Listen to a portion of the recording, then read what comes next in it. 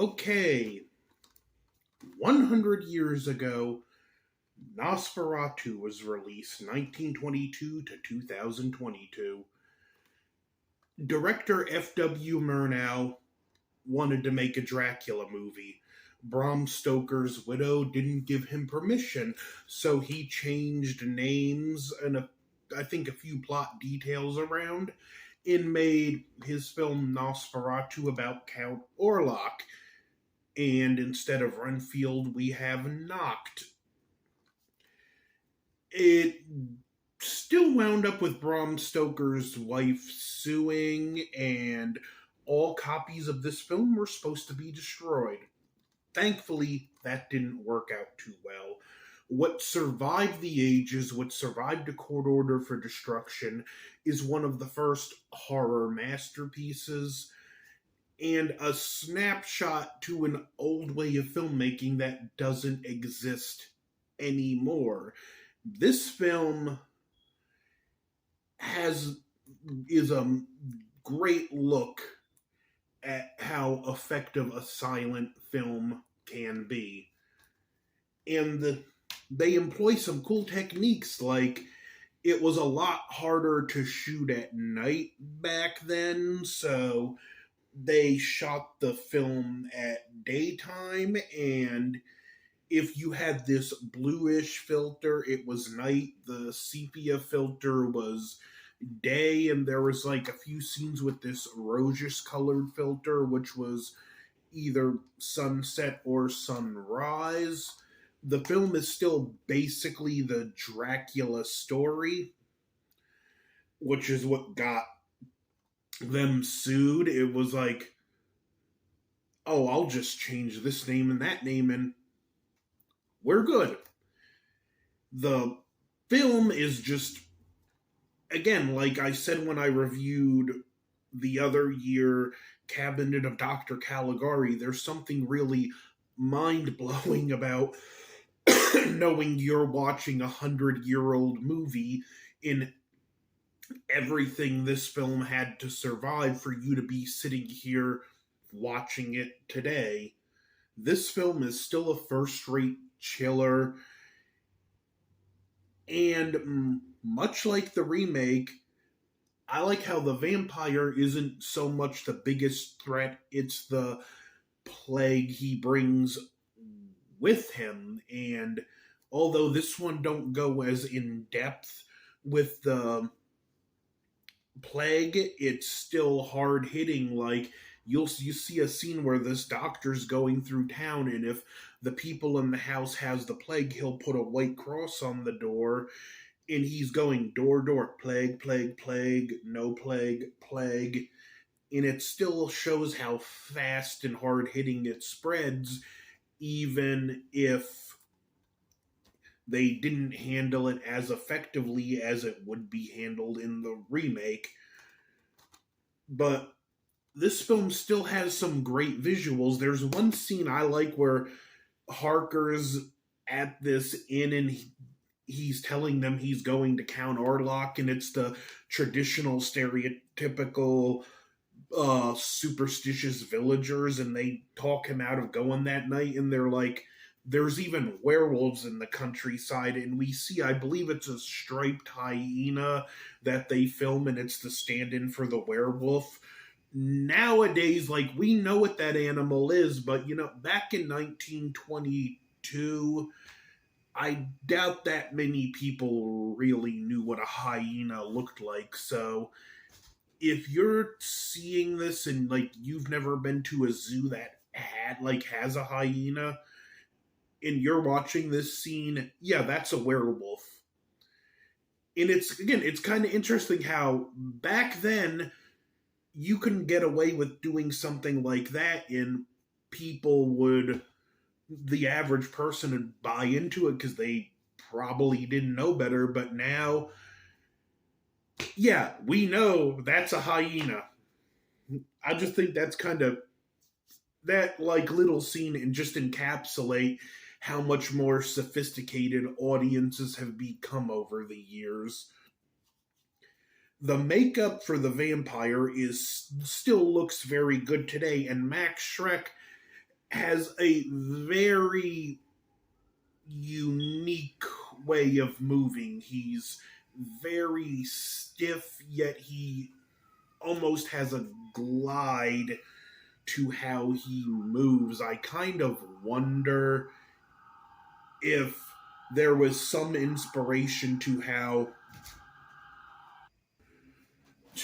Michael Myers would move, even though they're not they move completely different. There's still that combination of a stiffness and an almost glide to the movement. This film has a lot of just iconic, all-time classic scenes.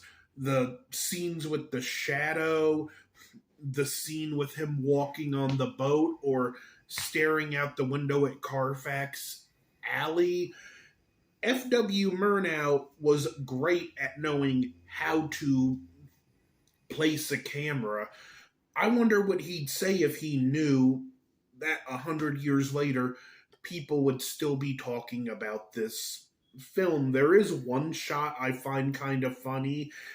After the boat gets to the town, there's a scene where Count Orlok sticks his head up out.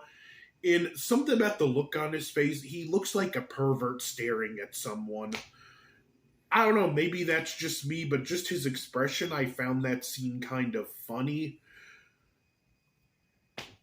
Like I said, the plot, I know I'm not talking about much, but we all know the Dracula story. I reviewed the basic plot to this movie already, and I just don't want to I don't want to regurgitate that detail. It's kind of tricky to do like a Nosferatu series and two of the movies with the same plot, so here I am talking about this movie in my own unique way. This copy here, it's the Kino Larber version, and from all accounts, from what I understand, even though this is the most accessible because the other versions are region locked, well, for us anyway, there are some issues where the frame rate's a little faster than it should be, and when you watch those scenes, it does show because there is some scenes where it's a little janky and it feels like they move faster. Frame rate for movies back then, it was kind of like when you look at a silent movie, even when it's given a more modern frame rate, you can like still notice little ticks that come from the fact that these were old hand crank cameras. It wasn't like now where the film just goes through and records it all automatically. You're cranking it in each time. It's like snapshot, snapshot, snapshot, snapshot, snapshot. And you have to keep up a very specific pace and rhythm for it to look good on camera. They actually, I believe, like even some of the early Godzilla movies, they still used hand crank cameras, and they would actually use hand crank to their advantage to make the monsters look bigger and more opposing on film. What they do is over crank while filming, then play the footage back at normal speeds, and it would make the monster look bigger and more opposing. I kind of wonder if, with some of Orlok's movements, if there were any scenes in this that employed a similar technique. Like I said, the cinematography is one of the biggest things going for this movie. Although, again, silent movie, I think most people, especially now that are accustomed to dark age of cinema, assembly line movies, would find this one a little boring, but it's one of those films you kind of have to come out of that and meet it on its own terms. It's a 100-year-old masterpiece that still inspires filmmakers to this day, that has scenes that are still, even if you don't know the movie, you're going to know some of these screenshots because they're so iconic. Max Schreck gave us one of the first horror icons of cinema, even though I think Cabinet of Dr. Caligari is the better movie. Caesar really isn't an icon in the same way Count Orlok, aka Dracula, is, but still a great movie itself. And kind of funny, a few years later, this film would actually technically be remade with Universal's Dracula starring Bela Lugosi, even though I distinguish Orlok as a different vampire than Dracula.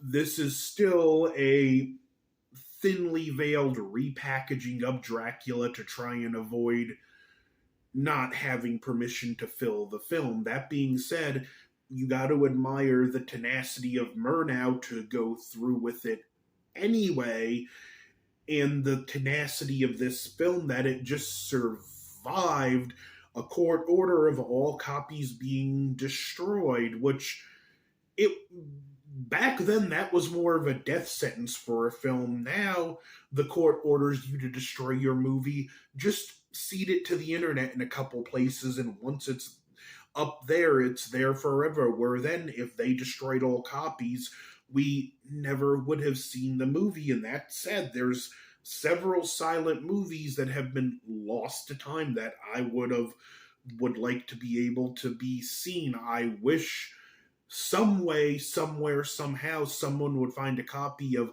Lon Chaney's the vampire movie Lon Chaney did that's been lost to the ages. But Nosferatu, how can I give it anything less than an A plus? There's nothing I can say about this movie that hasn't already been said, which is it's one thing with where I don't like doing movies like this because I literally have nothing new or unique to add to the conversation. Even without reading or watching what someone else said, I'm still gonna some way, somehow rehash other points, but at the same time, how often do I get to talk about 100-year-old movie? The theme of this montober is 100 Years of Nosferatu. You'll probably be watching this review somewhere around Halloween, but I had a blast reviewing the Nosferatu films and Salem's Lot. Don't forget to like, share, comment, subscribe. Over and out.